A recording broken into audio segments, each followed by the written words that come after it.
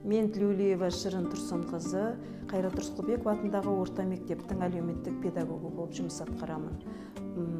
ЮНИСЕФ жобасы бұл 1906 жылы құрылған. Бұның мақсаты балалардың өмірін қорғау. Абай мектебінде семинарға келіп отырмыз. Бұл семинардың мақсаты ЮНИСЕФ жобасы бойынша балалардың өмір қауіпсіздігін сақтауға Мойынқұм ауданының барлық педагог, психологтары мен әлеуметтік педагогтары бүгін бас қосып, өздерінің іс тәжірибелерімен алмасып, жақсы бір семинар болып өтіп жатыр. Бұл семинардағы біздің алғанымыз, яғни біз мектептің педагогтары, кіші қызметкерлер және ата-аналар болып, балалардың өмірінің қауіпсіздігін сақтау, яғни суицидтің алдын алу болып есептейміз. Әр баланың өмірі бізге маңызды. Сол үшін барлығымыз бірге жұмыс жасайық. Міндеті психикалық денсаулық пен суицидалды мінез-құлық туралы сауаттылығын арттыру. Қате түсініктермен күрес.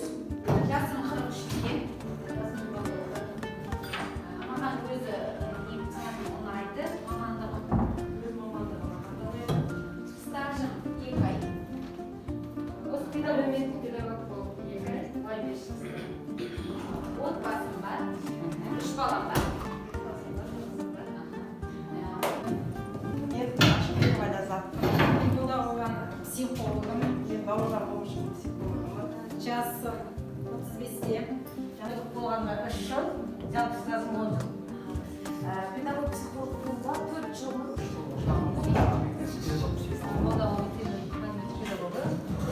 Ұрысады, бір-бірін мазақтайды, бір-бірін келеке қылады. Оны көтеретін бала бар, көтермейтін бала бар. Сол үшін сіздер үнемі жүрген кезде айтады оны, қарғаның бір көзі оқ.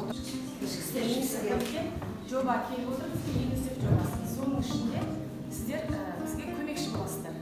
Өйткені сіздердің алдарыңызда бала 45 минут отырады. Жобаның мақсаты.